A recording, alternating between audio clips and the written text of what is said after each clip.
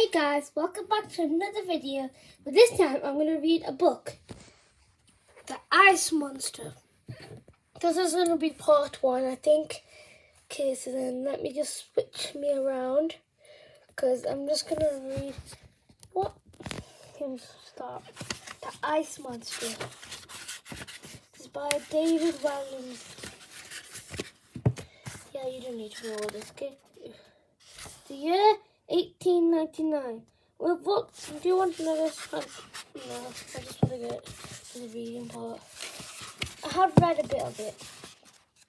London, map of London, 1899. London, 1899. Let me just switch my camera around. Okay, I've switched my camera around. Okay, I'm going to read it to you guys instead of showing you the pages. Privacy of that. Okay, let's start. Chapter 1. Cricketers for breakfast. One winter break night in the black streets of London, a tiny baby was left on the steps of an orphanage. There was no note, no name, and no clue as to who the little person was. Just a potato sack in which she was wrapped as the snow fell around her. In Victorian times, it was not uncommon for newborn babies to be abandoned outside orphanage, hospitals, or even homes. And upper-class folks, their poor, desperate mothers hoped their children would be taken and given a better life than their birth families could provide. However, it was hard to imagine a worse start in the life of this baby than a Wormley Hall, home for unwanted children. 26 orphanages lived there, all crammed into a room that should have slept 8. As absolute most children were locked up, starved and beaten. On top of that, they were forced to work all day and night. They had to assemble gentlemen's pockets, watches from tiny pieces until they were blind.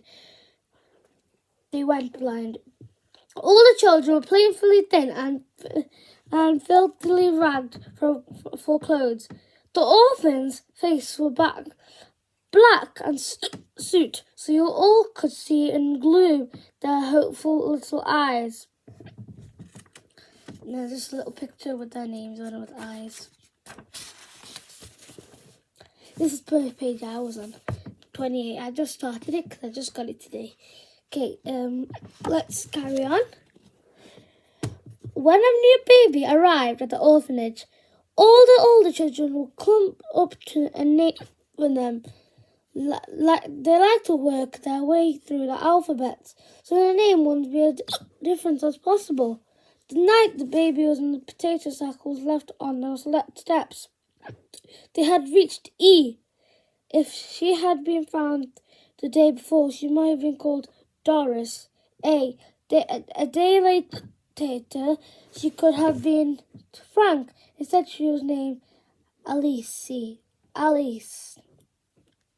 This prison of orphanage was run by an evil old brute named Miss Curdle.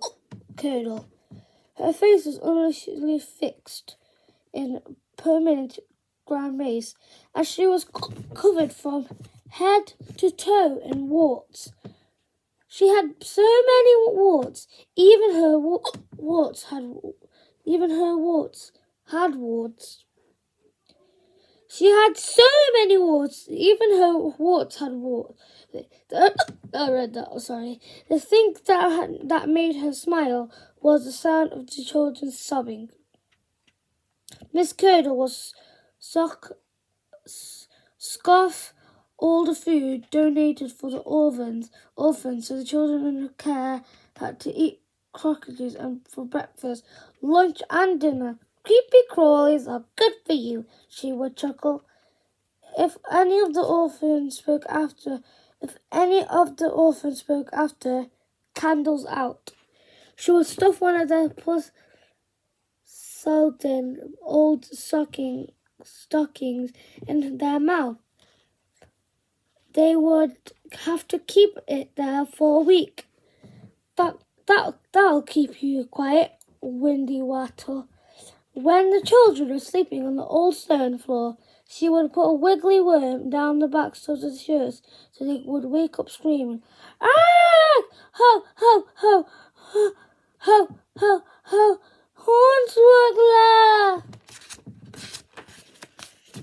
Miss Cuddle would sneeze over the orphans, "Achoo!" and blow their nose and their hair. I don't know what it says. A weekly bath emboldened her dunk the orphans one by one barrel full of maggots. The maggots would nibble off the dirt and snip and muck snipes. Miss Cuddle would snigger. To dry off afterward, they would peg the children to washing line by their ears. Twang! Once the Ellie was found a pet rat in her pocket that she had befriended. Miss Cuddle used it in a ball in a game of cricket. Thud! Eek! Was her whacked. It felt one of the orphans had given her funny look. Miss Cuddle would poke them in the eye with dirty, scrubby fingers. Ouch!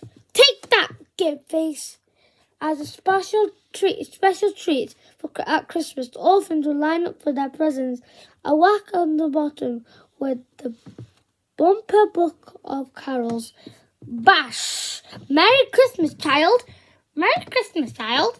Miss Cuddle would exclaim with glee, and a rock and each strike. Elise endured 10 long, hard years at Wormley Hall. The only thing that kept her was her dream that one day her ma would magically appear with a whisk her way, but she never did. As the girl grew up, she had invented more and more incredible stories about her. Perhaps her ma was a jungle explorer or an acrobat and traveling a circus. Even better, a lady pirate off having adventures on the high seas. Every night, Elise would make up bedtime stories for her following orphans. Over time, the girl became a magnificent storyteller. She had all the other children in the palm of her grubby little hands. I better carry on. Then Ma found herself in a dark, dark place. It was the belly of a huge blue whale. Ma escaped from the tribe and the cannibals, which wasn't easy. They all had gobbled up her left leg. Boom! Ma had thrown the bomb into the flames just in time, so no one was killed. It was all a day of the work of the secret agent. The end. When the night story finished, the orphans would cry out, "Another! We don't want to go sleep yet. Please, Elise, just one more." One night the children cheered so much Elise's story that they woke up Miss Cuddle. "No more stories, you nasty little beast!" The ragdoll woman beating Elise with her broomstick on every word. The sudden stock she stuffed into the girl's mouth only half muffled her screams. Ah, ah, ah, ah. The beating was so severe that Elise was assured she wasn't going to survive. Her little body was black and blue with bruises, and the girl knew she had to escape or die. Should I carry on chapter 2? What do you guys think?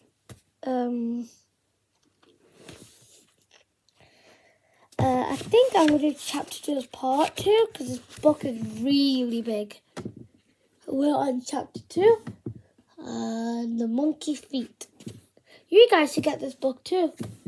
It's the Ice Monster. You guys get it and then you can read it. The blurb is about the story of a 10-year-old orphan and a 10,000-year-old mammoth. I wonder where the mammoth's gonna come from. Do you think that's Elise and the mammoth? comment down below if you do. Comment in the live stream down if you think that's Elise and the mammoth. This is going live. I feel like I might do it. I might not, but okay. I'm gonna stop here. I'm gonna question you on the live stream. What would you guys think?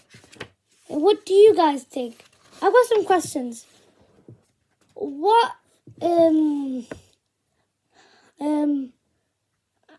I'll answer this question too. In the live stream, in the live chat. Oh